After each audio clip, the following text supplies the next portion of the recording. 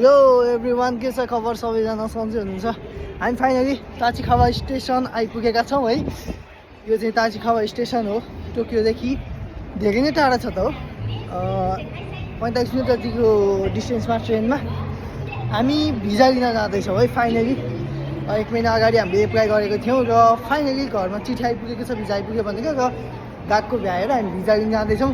के छ भान्जो, एक्साइटेड? केटा एक्साइटेड हो? चिल हो यार, भिजा आउँछ नि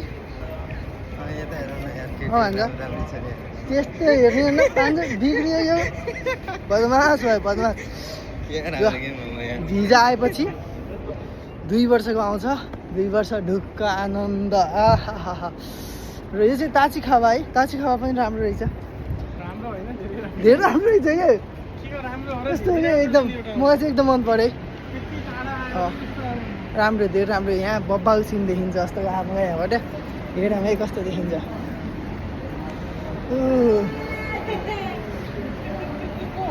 म पो हिँड्छौँ त त के भयो आज, जादु भएको जस्तो छ। भान्जो अगाडि गएर दौडिगा नर्सन आउँदैछन् र यहाँबाट चाहिँ सिन देखेको जस्तो छ है। हो यही हो मेन ताचिखावा चाहिँ। यो चाहिँ गाउँ हो, फेरि सहर होइन है। यो चाहिँ टोकियोबाट नजिकैको गाउँ हो। यो बाटोमै गिफ्ट हुन्छ। फेरि जापानमा चाहिँ यस्तो हुन्छ, बाटोमा गिफ्ट हो पुरै। नर्सन गेन्की दोको त्यसको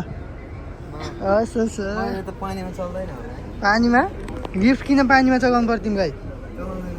के बोल्छ भन्छ कि this is Tachikawa and we are walking in the street हो। के भन्छ अब थाहा छैन, नियमको बगर नै। वाउ,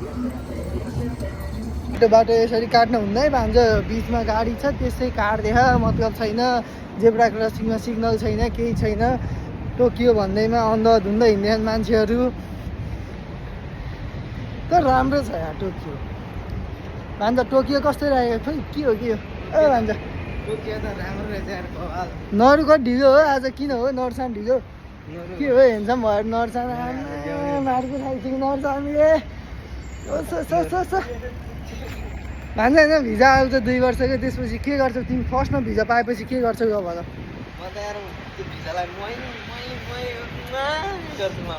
अनि फर्स्टमा चाहिँ हामीले ब्याङ्क एकाउन्ट बनाउँछ। भिजा नभएर ब्याङ्क एकाउन्ट बनाउनु पाएको छैन हामीले। पहिला भएको ब्याङ्क एकाउन्ट नागासाकीमा जुन थियो त्यो चाहिँ टोकियोमा चल्दो रहन्छ। चल्नु तर त्यो ब्याङ्क हुँदो रहन्छ। अब पैसा चाहिँ हिँड्नु पर्ने समस्या, यताउता समस्या एकदमै झ्याउ। नागासाकीबाट आउने मान्छेहरू यदि तपाईँहरूसँग जिउ हाच्चिकिनको एकाउन्ट छ भने चाहिँ चेन्ज गरिहाल्नु, सकेसम्म छिटो चेन्ज गरेर चाहिँ जेपी अथवा यता टोकियोतिर चल्ने अरू कुनै ब्याङ्कको एकाउन्ट बनाउनु होला।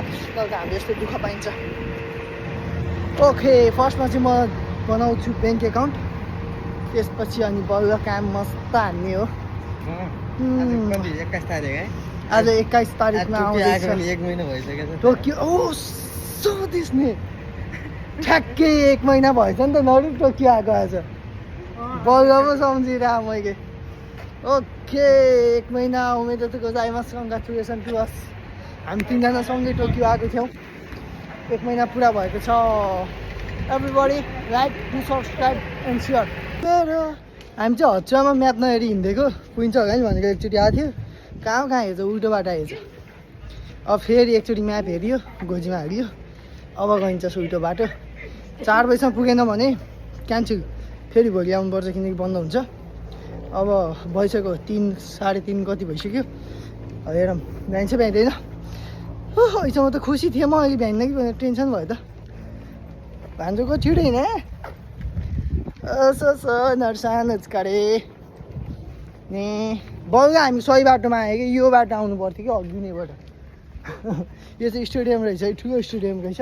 यहाँ भित्र स्टेडियम छ, बाहिर होला त्यस्तो घर जस्तो गएको छैन। तर स्टेडियमहरू यो चाहिँ भिजा आउने खुसीले गर्दा आत्तिएर उल्टो बाटो हिँडेर कहाँ पुग्यो? अब टाइममै पुगेको जस्तो छैन यार। भान्ज यार के गरे तिमी यार? अब भ्याएन नि के गर्ने? मैले होइन कि भान्जाको दोष सब, भान्जा नरुको दोष हो। तिम्रो दोष हो सब, तिम्रो भान्जा गर्दा हो। अब 5-10 मिनटमा पुग्यो भने पुगेन भने खुलित्तै भोलि नआइ हुँदैन। भोलि पनि त्यही हो, गएको बिदा हुने टाइम त्यही हो, सेम हुन्छ। गाह्रो छ गाइजहरू भिजा। त्यहाँ गएर फेरि तेरो भिजा आएन भाइ घर जा भनिदियो भने के गर्नु थाहा छैन, तनाव। गाह्रो छ जिन्दगी। स्टेसनबाट 10 मिनटमा पुगिन्छ, तर हामी चाहिँ 20 मिनट 30 मिनट भइसक्यो हिँडै छौँ। कहाँ छौँ थाहा छैन, तर अब आइपुग्यो। नाइस घर नै, नाइस हो, इन्जोय। ओके, अब भिजा आएको नआएको देखाउँछु। भनौँ न पुगेपछि एकचोटि पुगेँ भनेर देखाउँछु है। म चाहिँ हिँड्दैछु। वाउ साकुरा खर्ची आएको छ, नाइस। साथीहरू म आएँ है, म इमिग्रेसन चाहिँ आएँ, तर के भयो भन्दा मेरो जाइरो कार्डमा पग पारिदियो यार। मलाई थाहा थिएन कि यस्तो हुन्छ भनेर है, पगै पारिदियो। अब के गर्ने यो? अनि किन पग पारिदिस् भनेर मैले झगडा गरेँ, एकछिन कराएँ। नाति त नयाँ दिन गएको नि 2 वर्षको भनेर 2 वर्षको नयाँ भिजा दियो यार। मेरो साथीहरूले पनि 2 वर्षको भिजा पाएँ। आहा अब मस्त खुसी भएर टोकियोमा आफ्नो जिन्दगी जिउने 2 वर्ष। वाउ अरिगातो ने जापान सरकार। फाइनली गडा के छ आयो आयो नि है, बधाई छ केटा। ओके ओस्कारे मिनासान, फाइनली हाम्रो भिजा आयो। भ्लग पनि हेर्नुभयो तपाईँहरूले, खुसी लाग्यो। लाइक गर्नु, सेयर गर्नु, सब्सक्राइब गर्नु। ओस्कार समादेश। Hello Japan.